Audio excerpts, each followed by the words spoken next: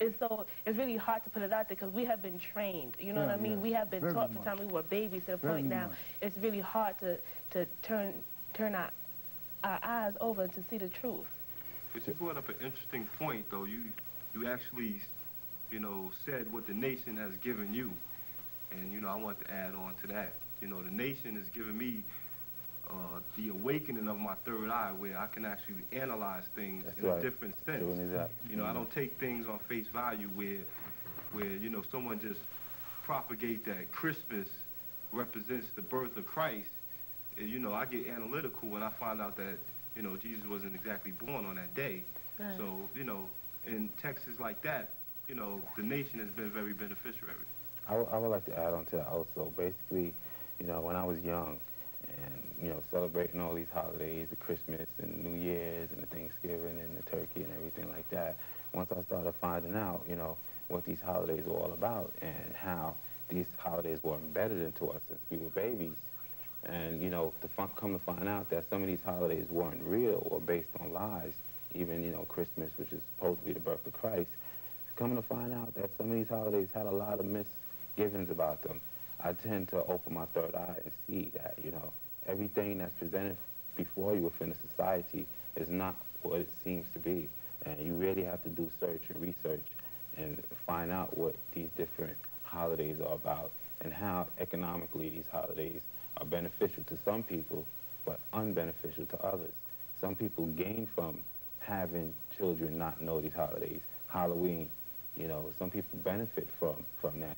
So basically what you know, I'm trying to say is that, you know, it's commercialized. It's basically commercialized because you get people becoming rich. You know, people get rich off these holidays, and they know the truth about these holidays. They know what these holidays are all about, but they'll keep you in the dark about them. They'll keep you in the dark as long as you keep supporting these holidays and supporting these different lies. They'll keep you in the dark as long as their pockets are filled. But secretly, they know what it's all about. And this nation has been very, very beneficial to me. I mean, without this nation civilizing me and putting righteousness within me, you know, awakening to the God within me, you know, Allah within me, I probably would have been in jail somewhere. You know, even when I, you know, joined different institutions or whatever, you know, this nation has always benefited me with the knowledge that it has presented me with. So. You know, it's funny that you say that because it's like the nation enabled you to look within yourself, which was already there. Right. You had it within you. True. You know, and it's not like, you know, anyone gives you that right to say that you're God or anything like that. That's a self-awareness. That's when you come into, yo, this is who I am and this is what I'm about. So then when you start looking within yourself, looking internally, that's when you come into that realization. True. You know, and what you were saying that as far as people, things being commercialized, and true indeed, I agree with that because that's, you know, teachers over 10%. Right. You know, rich slave makers of the poor. Right. Teach the poor lies to believe that the almighty true and living God is a spook. It cannot be seen by the physical eye.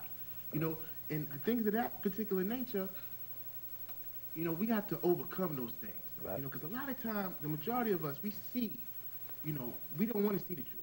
Right. Okay? You look at it, you might get a little sprinkling and you be like, oh, wow, that's not really true. Or, you know, let's take, for instance, you know, we just came out of a holiday which is dealing with Christmas. I don't really want to harp on it, but we just came out of a holiday dealing with Christmas. You know, and, you know, people start getting away from the religious things and start looking at towards getting the gifts. Exactly. Right. You know, and then you have to teach your children, you know, what is it about Christmas that you're supposed to do? You know, why do we celebrate Christmas? And a lot of times, you know, our community, we've gotten away from that. From the religious text of it. From the religious text. But see, there's also, like, there's a positive purpose in it, too. Like Thanksgiving. Thanksgiving is positive because what's positive about that is that you come amongst your family. That's and then you have an opportunity to make knowledge born, which is to speak what, you know, your point of view and how you see certain things. Now, I understand, like, you know, the turkey and all that other stuff because there's certain they symbolize certain things that we might not agree with. And I'm not saying, oh, we celebrate Thanksgiving or, you know, that's what we do or anything of that nature. Only thing I'm saying is that you know, you have a lot of things that's out there, and what you do, you take a negative and make it into a Positive. That's right. I'm not saying, you know, take everything negative. Somebody be like, yo, you know, nigga. You look at the word nigga, and then now you got a lot of people walking around, yo, what up, my nigga, or saying things of that particular nature, and they be like, well, nigga is not negative, it's something positive, because that's the affection or love that I show for my brother. I call him a nigga. Come on, bro. Right. You know where it came That's from. right. You know, it was rooted in That's devilish right. It was rooted in you know, and you know, so we start. That's Farrakhan called that deceptive intelligence. I believe in 1996 at the Savior's Day, he had that coin of phrase. He was like, when you know something ain't right, but you start convincing yourself, you start trying to apply certain types of truth to it, and you start throwing certain things in it, and you're like, okay, then you start deceiving yourself to think that, yo, this is actual fact. Because you don't want to let it go. Exactly. You don't want to let it go. A lot of times you've been so brainwashed by certain aspects of what's being presented before you, you know, you still don't want to let it go. You become accustomed to it. So once you become accustomed to something, sometimes it's so difficult for you to break free from it, especially when we talk about, like the Bogart was saying, about the holidays.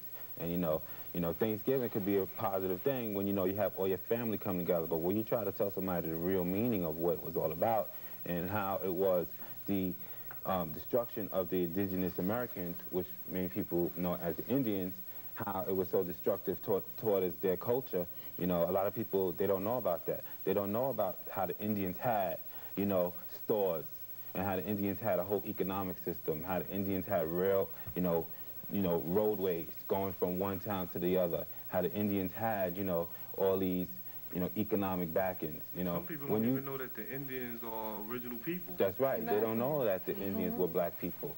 You know, they don't even understand that. And they don't understand how, you know, the settling of North America was such a destructive impact upon the indigenous Americans, and how, you know, as soon as the settlers came here, half the population, which was millions and millions of people, just died off, just from the air, just from the germs that, you know, they were so foreign to the Indians were so foreign to those germs, and how most Indians, when the people came over from overseas, the Indians, they didn't even know what a lie was. It was beyond their comprehension. There was no word in the Indian language for lie, because that type of wickedness didn't even exist within their culture. So there was no thing for lying. That was so foreign to them. So when they came over here to North America and they lied to the Indians, it was very easy for them to deceive the indigenous people. So this is what we teach when we talk about civilization classes and when we talk about rallies.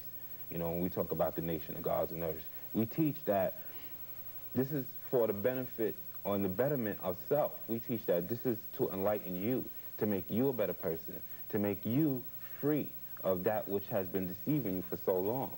You know, a lot of people, they don't realize that when the Africans first came here to North America, the religion wasn't Christianity at all, period. But now you have most of the people who celebrate Christianity. And we respect all forms of organized religion, whether you be Hindu, whether you be Muslim, or whether you be Christian, or whatever your religion is. You know, we respect, as a nation of gods and earth, God, we respect all people. Indeed. We respect all people, regardless of whatever their religion is. But, and you can't get respect unless you give respect.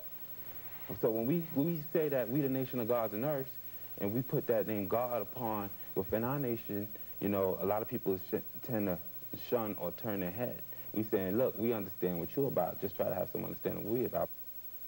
With that in mind, time is running short. My name is Rakim Allah. Thank you for watching. Peace. In the name of Allah. Peace. Peace. Peace.